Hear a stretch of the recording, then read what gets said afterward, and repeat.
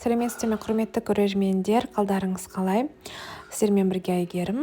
Каналыма қош келдіңіздер. Бүгінгі влогта мына тауықтың филесінен балаларға котлет жасайтын боламын. Бұл бізде кешкі ас. Курочка рябаның осындай филесін сатып алдым. Бұл бізге 2 рет котлет жасағанға жетеді. Қазір жартысын алып, мясорубкадан өткізіп, оған 1 штук пияз қосамын, 1 жұмыртқа, 2 штук нан. Мен оны сүтке езіп аламын, 2 штук нанды. Сосын, как обычно, бұрыш тұз қосамын и сары май қосып, араластырып, котлеттер жасайтын боламын. Бұл мясорубканы маған мамам берген. Советский мясорубка, мынандай менде бар, современный. Бірақ оны әлі қоспадым. Почему-то.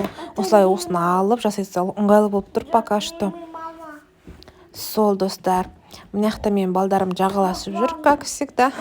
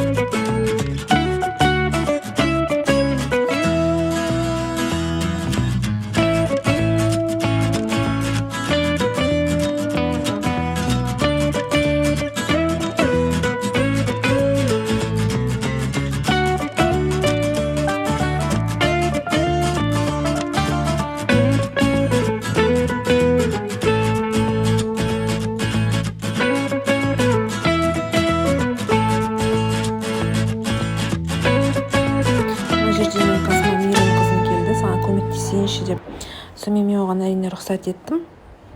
Қазір мен мына сүтке нанды салып беземін, одан кейін майды газға ертіп аламын. Біздің уже мына массамыз дайын. Мясорубканы снимать етіп, қазір ыдыс жуатын кезде бәрін жуып тазалап аламын.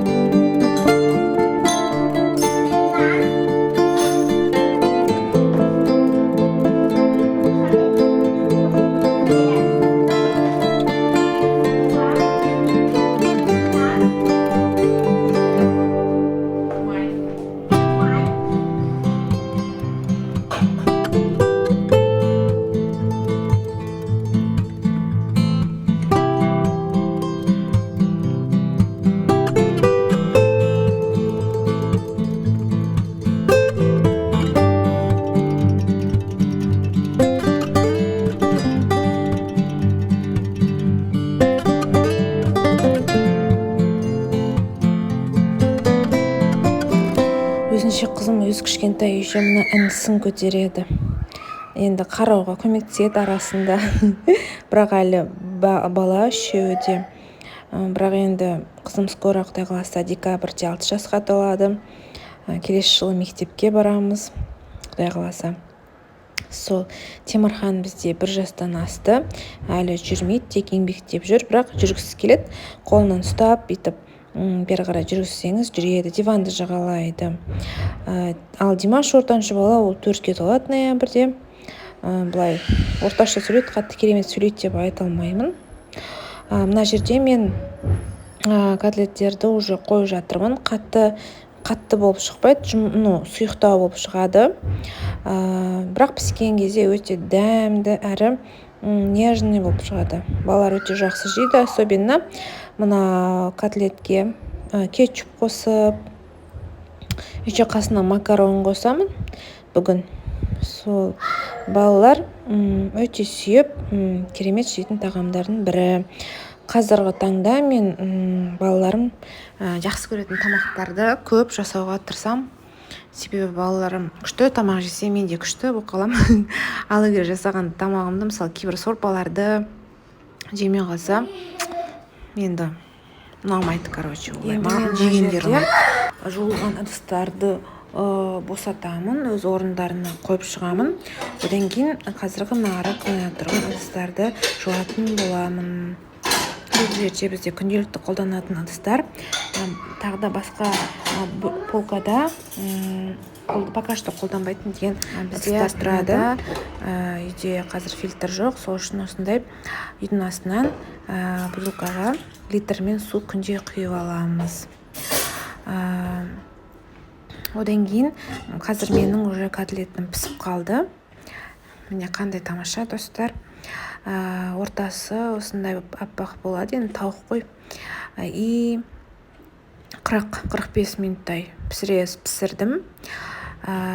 Өте тамаша, дәмді. Одан кейін қасына мен еще осылай оливковое маслоға пиязды құрып жатырмын и макарон қосатын боламын қасына.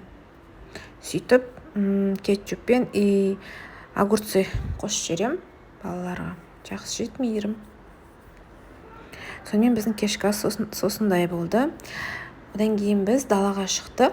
Бұл бізде үйіміздің қасындағы двор, то есть бізде Астанада әр үйдің өзінің дворы болады, закрытый. Оған тек сол үйдің тұрғындары ғана ойнай алады бұл жерде. Кілтпен ашылады бәрі. Мына жерде балалар ойнап жүр. Өте ұнайды, мынандай жасыл, особенно осындай шөпті жерлер. Мына жерде 2 балам маған гүл іздеп жүр. Сізге гүл сыйлаймыз деп қояды екеуі. Сол мына жақта араны көріп, арадан қорқып тұр әйтеуір. Жақта енді бірнеше дом орналасқан. 2 гүл болды ғой, Димча берді біріншісін, сосын Месна берді.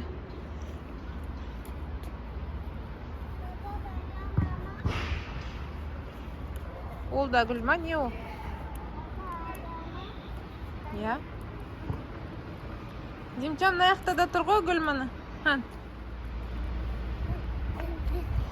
Ой-бай, спас балдарым. Бақытты болыңдар болашақтарында.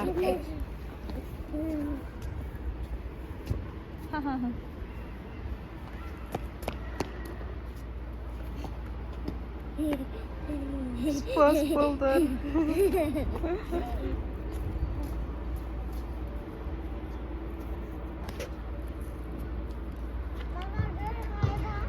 Неше гүлді қарашы, ана жерде тұр.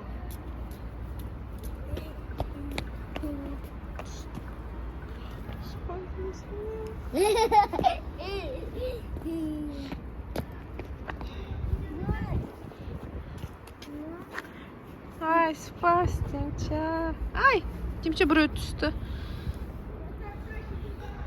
Красота болды ма? Это облепиха, что ли?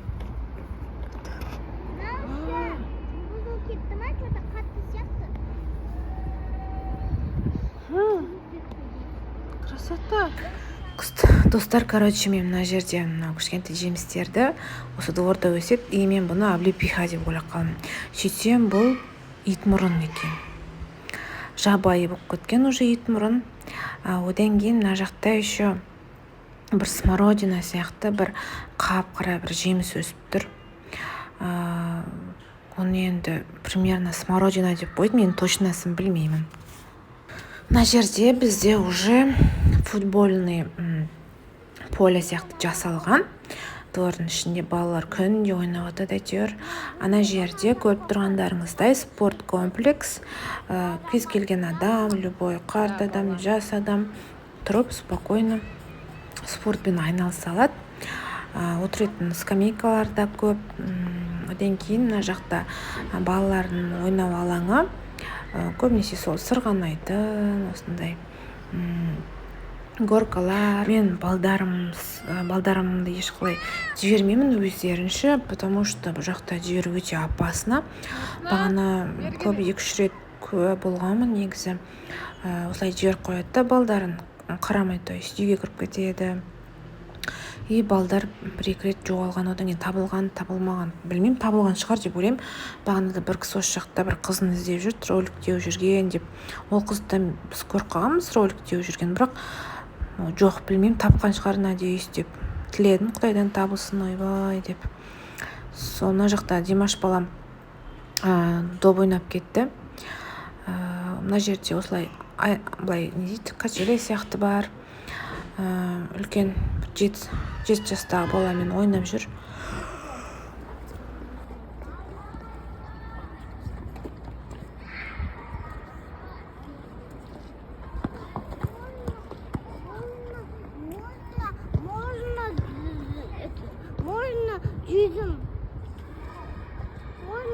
Можно жүзіммен мандарин алып жүз магазинда.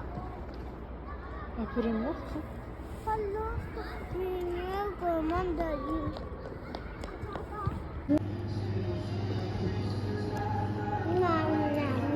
Мисына пончигін татты ма?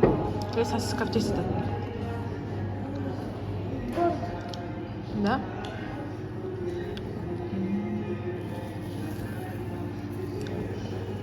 Мына кезде біз өткенде поликлиникаға барған болатынбыз. Сол кезде поликлиниканың қасында осындай кішігірім бір кафешка сияқты бар екен. Сонымен тамақтанып отырған жайымыз бар. Демте сен ішің түсірді ма? Молодец. Компотыңды ішеңді. Соғыңды ішеңді, соғың. Міне достар, сіздерге тамақ жасауға мотивация бердім деп ойлаймын. Рахмет, видеоның соңына дейін көріп, лайк басып, комментарий жазып жатсыздар. Ал енді келесі видеода кездескенше сау болыңыздар.